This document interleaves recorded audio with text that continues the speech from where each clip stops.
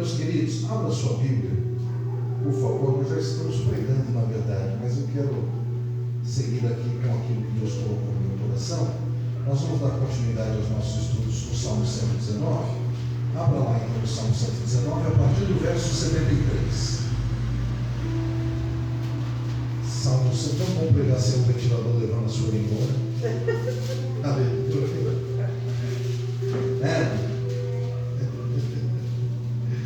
Salmo 119, verso número 73. Já estamos chegando à metade do salmo. Esse salmo tem 176 versos. Nós chegamos ali no 86, 88. A gente vai ter atingido a metade dele. Próximo bloco que a gente fizer, chegamos na metade. Então, verso 73, todo aquele que encontrar vai ficar em pé. Diz assim a palavra de Deus. Talvez a minha tradução esteja diferente da sua. Verso 73 do Salmo 119. Tu me fizeste, tu me formaste, dá-me entendimento para aprender os teus mandamentos, que eu seja motivo de alegria para os que te temem, pois em tua palavra depositei minha esperança. Eu sei, ó Senhor, que teus estatutos são justos. Tu me disciplinaste por tua fidelidade. Agora que o teu amor me console, como prometeste a este teu servo. Cerca-me de tua compaixão para que eu viva, pois tenho prazer em tua lei. Sejam envergonhados os arrogantes que mentiram a meu respeito. Eu, porém, meditarei em tuas ordens.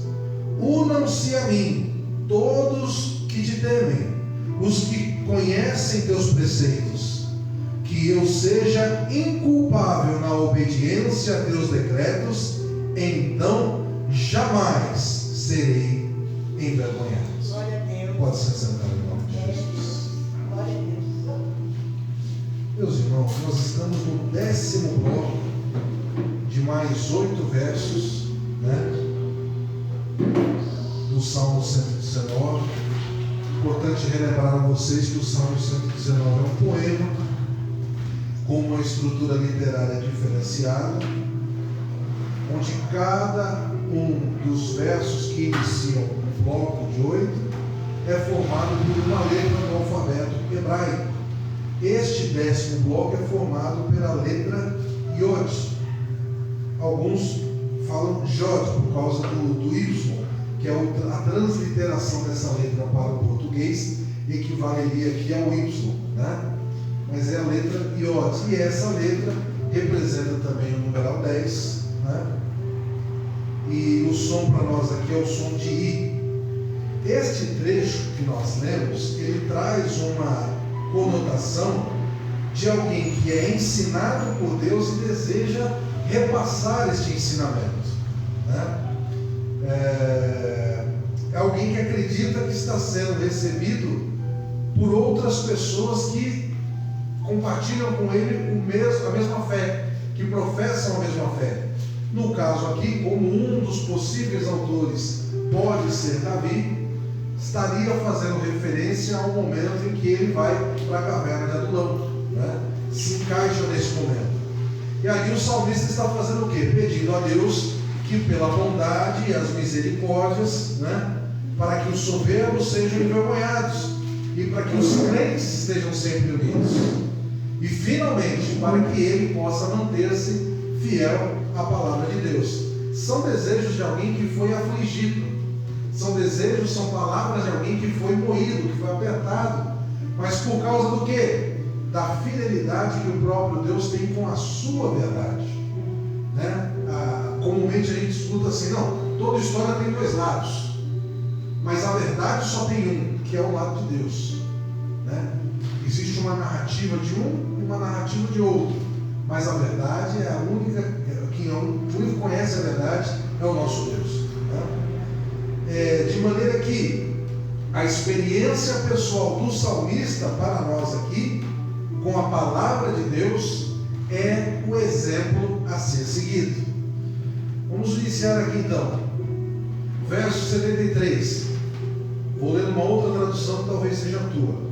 As tuas mãos me fizeram e me afeiçoaram ou me moldaram. Dá-me inteligência para que eu aprenda os teus mandamentos. O salmista está fazendo aqui referência ao fato de Deus ser o nosso Criador e o Formador, literalmente, né? Vamos lembrar que para todas as coisas que existem no universo, Deus criou com o poder da sua palavra, né? Se você for ao fundo entender, Deus usou Jesus para criar tudo, né? Porque Jesus é o verbo vivo de Deus. Então, dentro daquilo que nós entendemos como o mistério da Trindade, todas as coisas tiveram o agir de Jesus para serem feitas. Mas quando Deus foi criar a mim e a você, Ele escolheu Ele mesmo botar as próprias mãos. Ele não usou apenas o verbo, Ele quis Ele mesmo moldar. Vamos lá no Gênesis, no capítulo 2, no verso 7. Lá no comecinho da Bíblia. Livro de Gênesis, capítulo de número 2.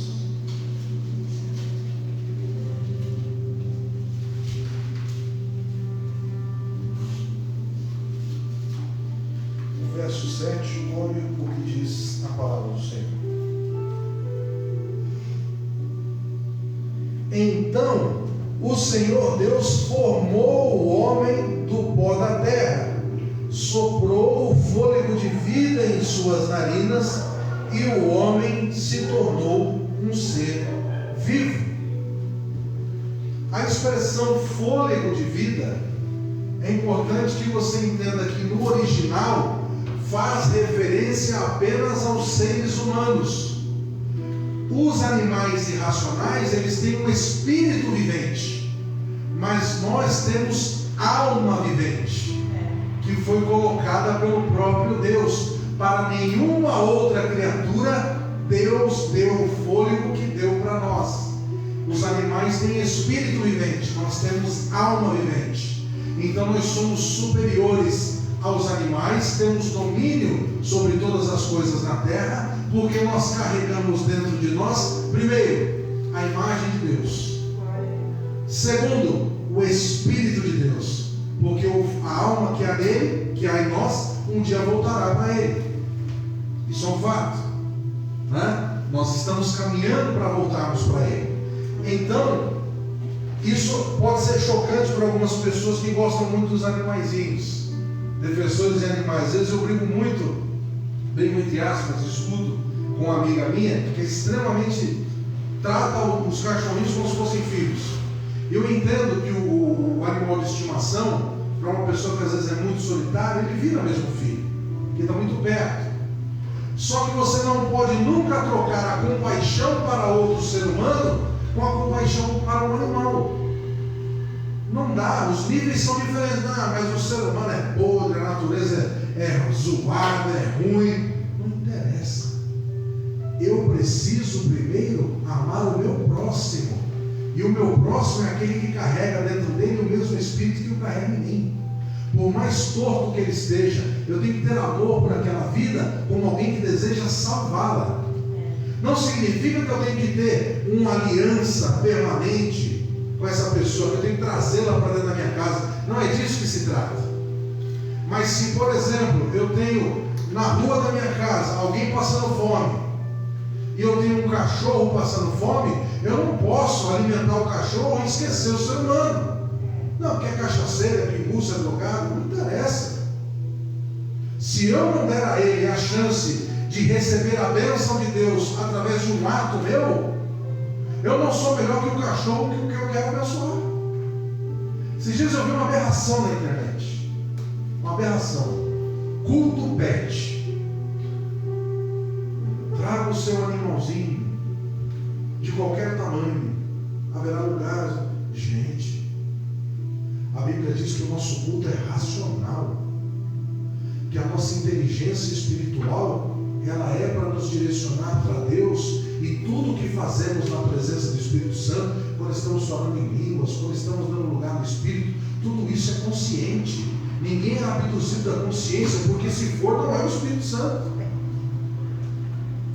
Você é consciente do que você está fazendo. Eu estou profetizando, eu estou consciente que eu estou profetizando. Eu estou falando em línguas, eu estou consciente que eu estou falando em línguas. Aí vem uma igreja grande, não é em Goiás, igreja grande, e faz um culto para animais.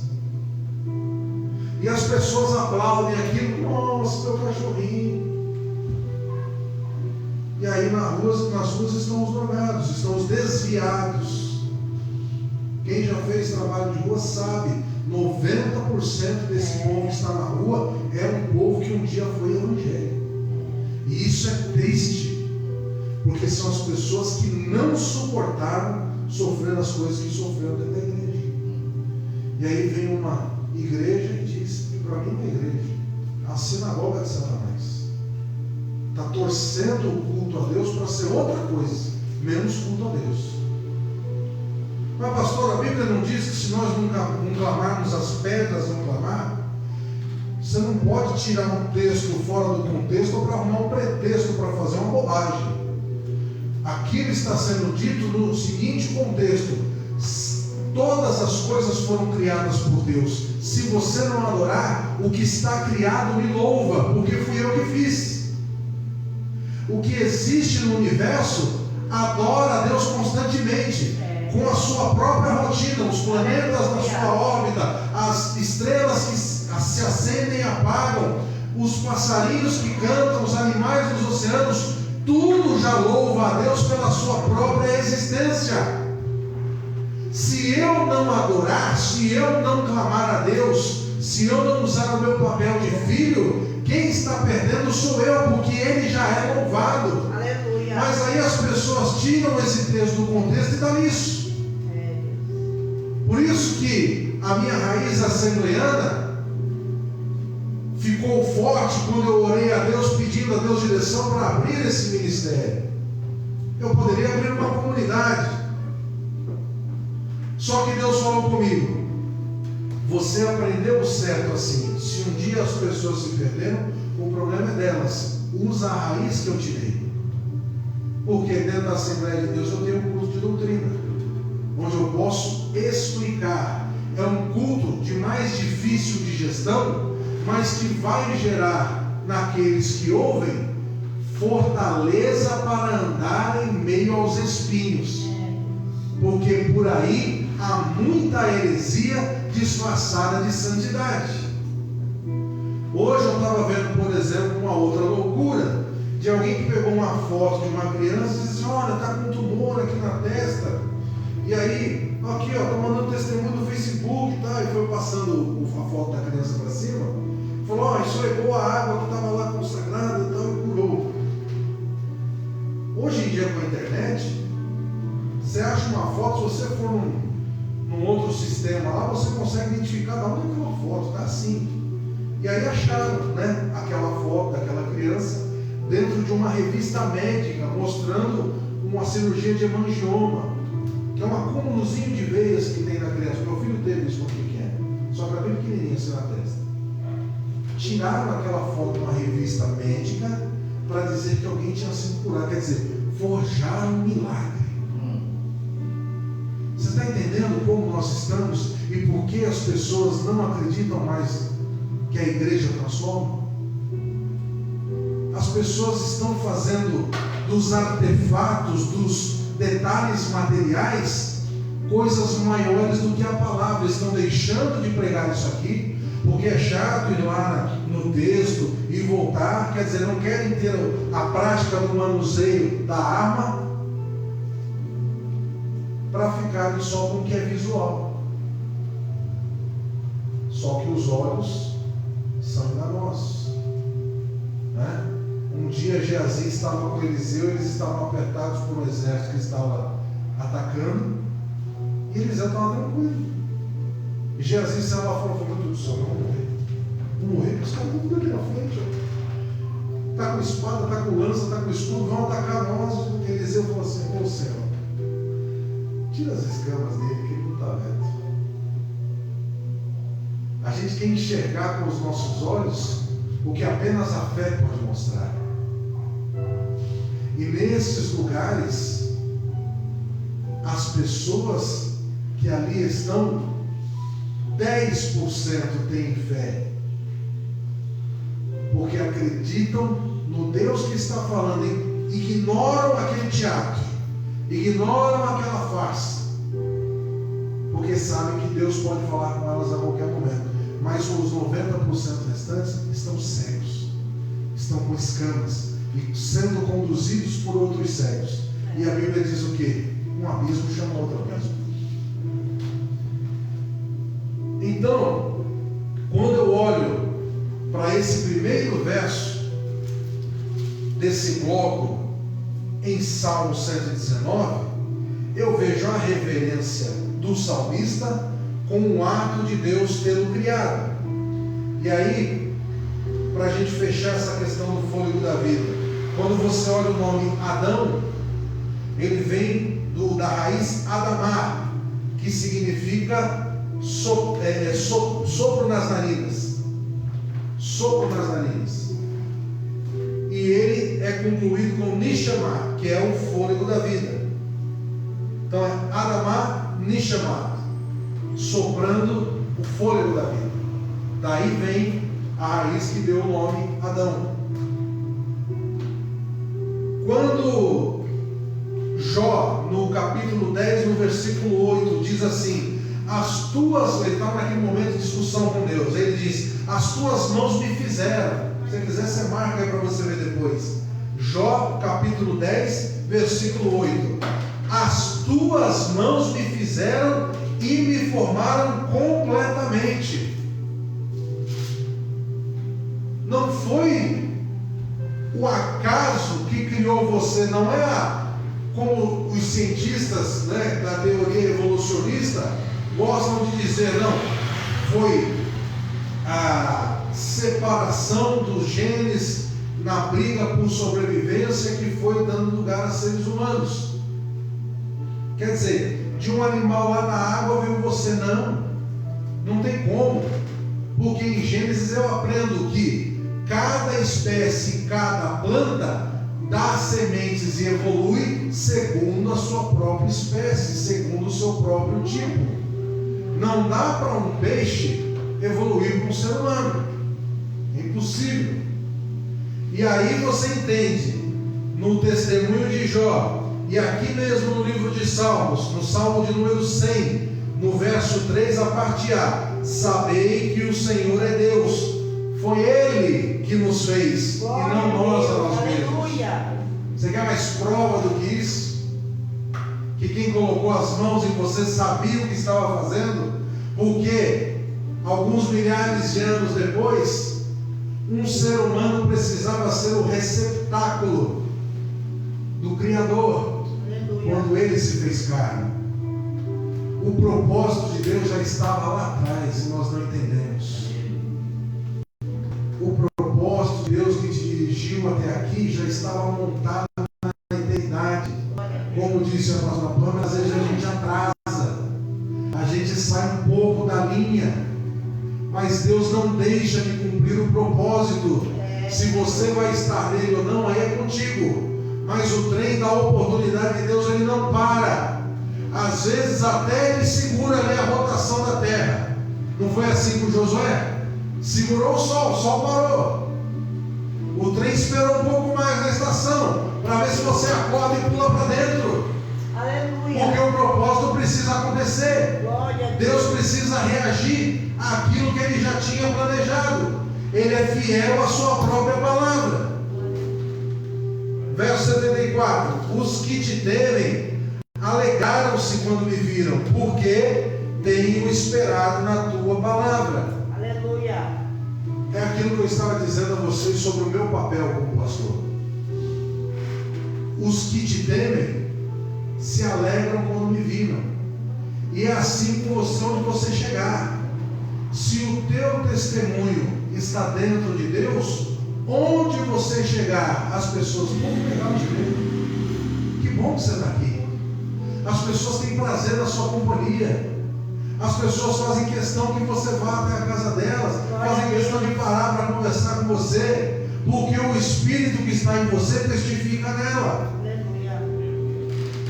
Se a graça te transforma em uma pessoa inteligente emocionalmente e espiritualmente, com a sabedoria da palavra de Deus, você vira referência para os demais. Nós somos espelho da nossa geração. Quando você é mais novo, as pessoas querem estar perto de você. Quando você for mais velho, elas querem prestar atenção no que você diz. Nós somos referência para a nossa geração. Precisamos entender isso para saber que o preço de não seguir a vontade de Deus, ou mesmo de desviar-se do caminho, ele não é pago só pela nossa vida, mas nós podemos jogar fora outras pessoas que, por mais que saibam que precisam olhar para Jesus, entendem que Jesus usa quem está na terra. O preço de eu não seguir a vontade de Deus pode ser ter o sangue de pessoas que se desviaram sobre mim. Olha como é forte o que nós estamos aprendendo aqui hoje. Verso 75. Bem sei eu, ó Senhor, que os teus juízos são justos, e que em tua fidelidade me afligiste. A gente precisa entender a diferença entre fidelidade e lealdade. Lealdade é o que eu tenho com você. Eu sou leal a você. Eu honro a sua amizade, eu honro a sua presença aqui. Se eu te magoei, preciso te pedir perdão. Você vai sinalizar: poxa, pastor, não gostei do que você falou, você magoou. Ô, meu irmão, me perdoa. Eu estava no dia bom, acordei meio virado. Vamos botar uma pedra em cima daquele seguir, vamos. Isso é lealdade. É você ser leal. Onde que a gente é desleal? Quando a pessoa vira as costas, você é um chato, vem aqui perturbar a vida. Não sei o que está fazendo lá. É eu ter a minha esposa e ela virar as costas e eu começar a cobiçar outras. Isso é ser desleal. Fidelidade eu só posso ter com Deus. E mesmo dentro disso, dentro do que eu me proponho a ser fiel, eu falho. Mas Ele não. Então a fidelidade é um atributo de Deus que eu aprendo a ter de volta com Ele. E a Bíblia diz que quando eu falho nela, Ele permanece fiel. E é exatamente por causa disso que acontece o que o salmista disse. Bem sei eu que os teus juízos são justos, e que em tua fidelidade me afligiste. Olha, como um pai educa o filho, e às vezes a gente tem que dar uma palmada, às vezes tem que pegar o chinelo e transformar uma estrelinha ninja assim e tacar. Às vezes acontece. Você acha que Deus não faz o mesmo que você? Quando você está lá pedindo desesperado: caramba, Jesus está doendo. Só que Ele é Pai. E o amor de Deus é compassivo. O que é isso, pastor? Ele se condói por causa de você. O que você sofre, Ele sofre junto. Lembra do povo de Israel clamando? A gente está abandonado aqui nesse Egito aqui. Faz anos, séculos que a gente está orando, não acontece nada. Aí Deus pega e chama Moisés. Qual a primeira coisa que Deus fala para Moisés? Eu tenho visto a aflição do meu povo e tenho um ouvido de compaixão por causa do seu clamor. Deus vê o seu sofrimento, mas Ele é fiel ao propósito, e Ele sabe que se te tira antes do necessário, você não aprende.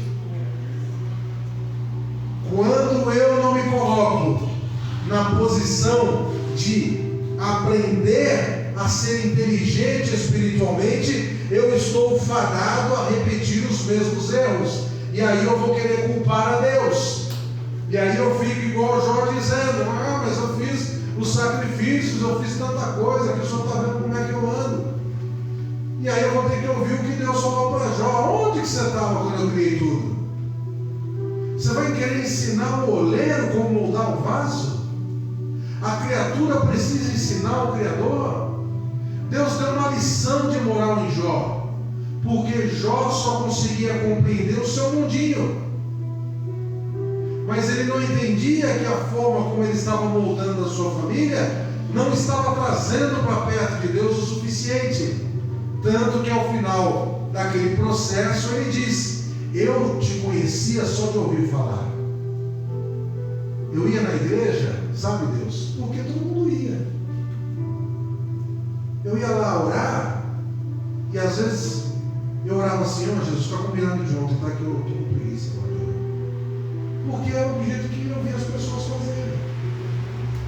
Mas agora não. Agora eu conheço o Senhor de andar contigo. Ministério sem marcas não é ministério. Eu sei que doeu ter chegado até aqui. Eu sei que foi aflitivo você olhar para a sua situação muitas vezes e falar assim: eu não tenho ninguém por mim. Onde é que estão as pessoas que me davam tapinhas nas costas? Onde é que está aquele irmão que diz assim: ó, vou arrumar um carro que eu estou vendo que o senhor está andando a pé aí, o senhor não pode andar a pé, vou dar um carro para o senhor. E só ficou na palavra. Onde é que está aquele emprego que o irmão falou assim: não, pastor, vou arrumar um emprego para o senhor ficar nesse vale aí. E fica só na palavra. Porque o ser humano fala muito. O ser humano faz o contrário do que Deus mandou. Deus mandou ser pronto para ouvir, tardio para falar. Você tem 2 ouvidos e uma boca só. Aí sabe o que acontece? Eu vejo quando meu pai dizia assim: ó, se eu não for te ajudar, eu também não vou te atrapalhar. Eu aprendi isso com meu pai. E eu carrego isso até hoje. Glória a Deus. E nas minhas orações com Deus eu digo: Senhor, eu não posso ser alguém que atrapalhe a tua mensagem.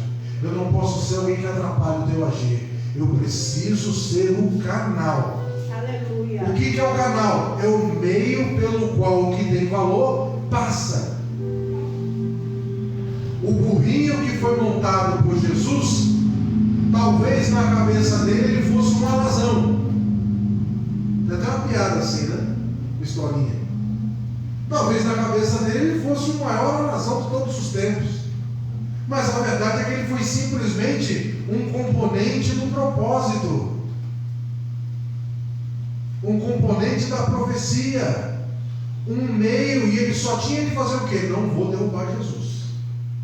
Vou passar aqui no meio do povo, o povo vai lá balançar as folhas de oliveira, os ramos, e acabou meu papel. É isso que todos nós precisamos ser. Do membro que senta neste banco, até os que se auto-intitulam apóstolos, bispos, essas pessoas não entendem que a palavra ministério significa servir. É, Senhor Jesus. Ministério é servir. Aleluia. Só que todo mundo gosta de falar que faz. Não, eu sirvo. Mas poucos você olha e tem um testemunho que você fala assim: meu Deus, ele não precisava na posição dele, mas ele verdadeiramente está servindo. Glória a Deus. Essa é a diferença. Glórias a Deus. Vou aglutinar aqui os versos 76 e 77, que a hora está se estendendo. Verso 76 diz: sirva, pois, a tua benignidade para me consolar, segundo a palavra que deste ao teu servo. Venham sobre mim as tuas misericórdias, para que viva, pois a tua lei é a minha delícia. Ou seja, 2 coisas o salmista está pedindo aqui. Primeiro, a benignidade de Deus. Segundo, a misericórdia de Deus. O fato é, Deus é bom, e o salmista tem confiança nessa bondade. Ele sabe que a confiança dele está baseada na palavra. E o que a palavra diz? Que Deus é bom. Aleluia. Como eu falei mais atrás, o nosso Deus ama de forma compassiva, ou seja, Ele se dói por ver que os seus filhos passam aflições. E é por isso que Ele, vez por outra, mesmo que você precise continuar passando por aquele deserto para completar a tua jornada, Ele derrama um refrigério no meio da jornada. É a misericórdia. Ele fala assim: está doendo tanto nele, mas deixa eu dar um soprinho aqui. Eu sei que é difícil. Eu vou fazer agora aqui um agir e ele vai Ele vai aguentar até o fim. Essa misericórdia de Deus passando na tua vida. E a bondade, pastor? É que você vai chegar no final. Glória a Deus. O propósito de Deus se cumpre. O propósito de Deus se cumpre. Aleluia. Você só precisa estar dentro da oportunidade de cumprir o propósito. Você só precisa, na hora mais difícil, como foi para aquela mulher cananeia chegar ali no poço, na hora que ninguém ia, na hora que ninguém queria estar fora de casa, estava quente, o sol ardendo. Imagina no deserto.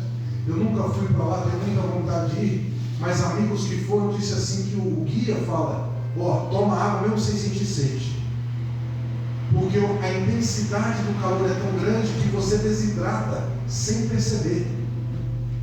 Então ele diz: toma água mesmo sem ter sede. Imagina aquela mulher saindo no pior horário possível para buscar água, e aí o refrigério veio, porque Jesus foi ao encontro dela. Glória a Deus. E talvez ela tenha ido por causa da vergonha que sentia da forma como vivia. Talvez se perguntando: como é que esse meu vale vai mudar? Quando é que meu cativeiro vai virar? Quando é que eu vou ter um marido para chamar de meu? Quando é que eu vou parar de ser objeto na mão das pessoas? Ela se encontrou com Jesus sendo apenas uma pecadora. E ela saiu de lá com um ministério missionário. Aleluia.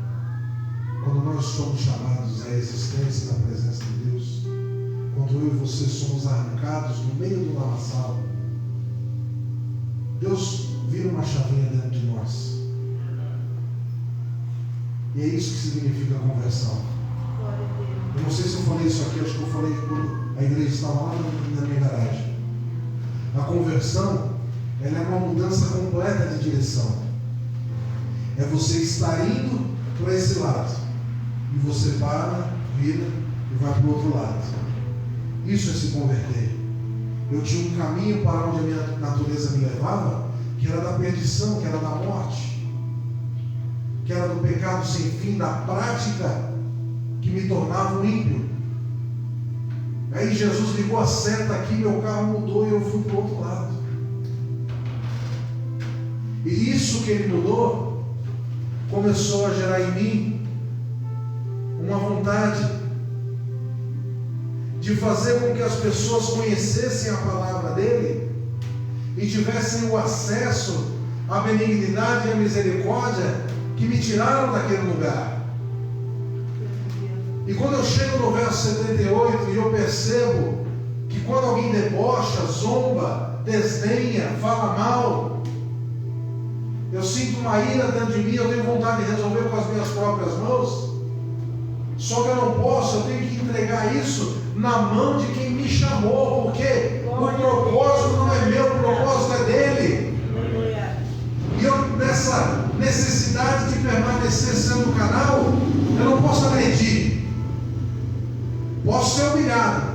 E fica tranquilo se você está sendo humilhado, porque existe uma bênção que Deus diz, que para todo aquele que foi humilhado, Ele exalta. Se quando você quer corrigir, consertar, você tentar colocar a sua mão e humilhar alguém, essa bênção sai de você e vai para quem você humilhou, porque é semeadura. Olha o que diz o 78: confundam-se os soberbos, pois me trataram de uma maneira perversa, sem causa, mas eu meditarei nos teus preceitos. Eu vou me acalmar aqui, Jesus, orando. Vou contar até 10 e vou ler um salmo, vou cantar um hino. Quero que o Senhor fale comigo aqui para tranquilizar. E o Senhor confunde aí os soberbos, orgulhosos, arrogantes, perversos, enfim, pecadores. São todos aqueles que acham que podem agradar a um Deus santo sem buscar uma vida de santidade.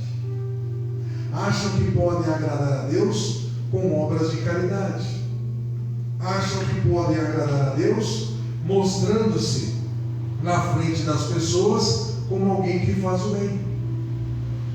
E isso é simplesmente uma religiosidade vazia, uma filosofia que te faz engrandecido no meio dos homens, mas completamente podre para o mundo espiritual. Você fica bem na terra, você fica bem com as pessoas que estão ao seu redor, mas Deus odeia a soberba. Deus detesta a soberba. O salmista pede que Deus envergonhe essas pessoas, porque o orgulhoso, como diz aqui mesmo nesse verso, é alguém que normalmente machuca o inocente, o justificado por Jesus. E aí, no verso 79 ele diz: voltem-se para mim os que te temem, e aqueles que têm conhecido os teus testemunhos. Quando eu entrego os soberbos nas mãos de Deus, no fundo, eu estou orando para que uma coisa aconteça, ou permitindo que Deus faça uma coisa que é importante, que desemboque nesse verso 79. Porque se o orgulhoso for quebrantado por Deus, ele vai se tornar alguém que o teme.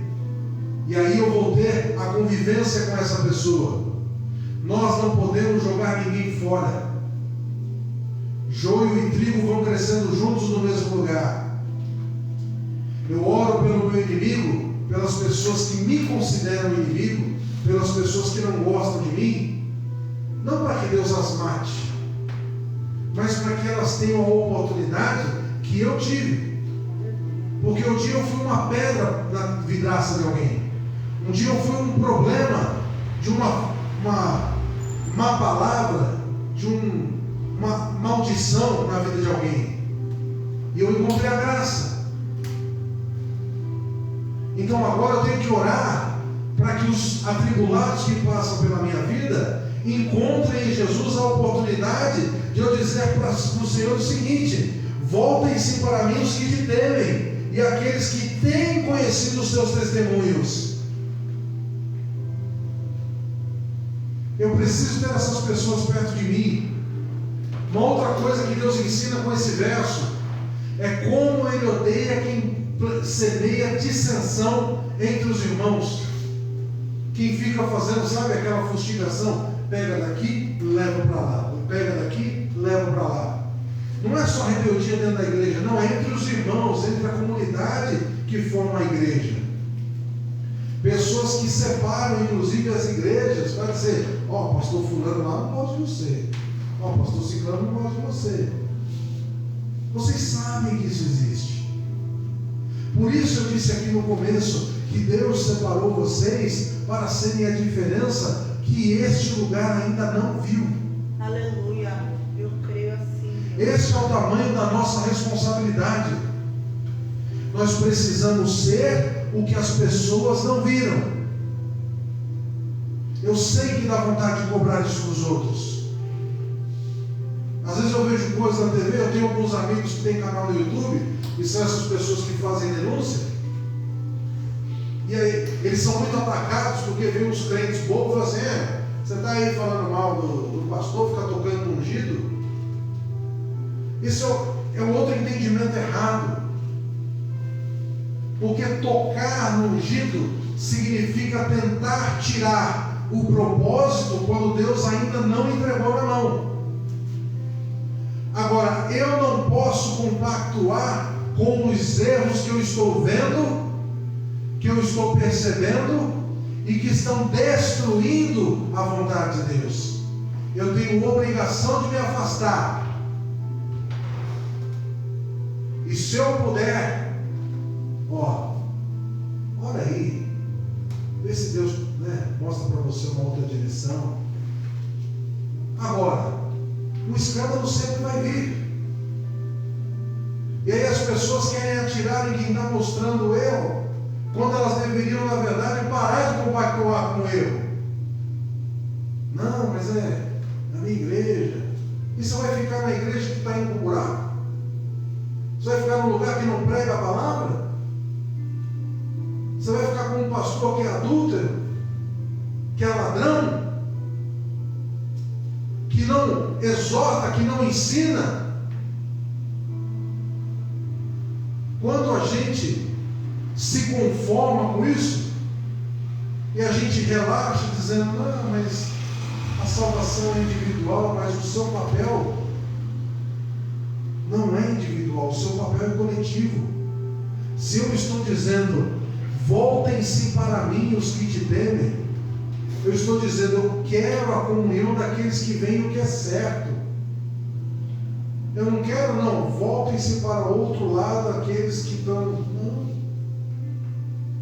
O salmista está dizendo isso. Cada um de nós precisamos ser um imã da virtude de Deus. Aleluia. E trazer as pessoas para a realidade. Eu vou terminar agora.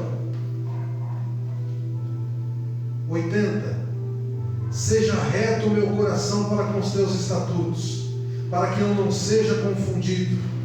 Deixa eu ler na minha tradução. Que eu seja inculpável na obediência a teus decretos. Então jamais serei envergonhado. Quando a nossa obediência aos mandamentos de Deus for nossa prioridade, a sinceridade e a verdade são as únicas coisas que irão prevalecer dentro da vontade de Deus.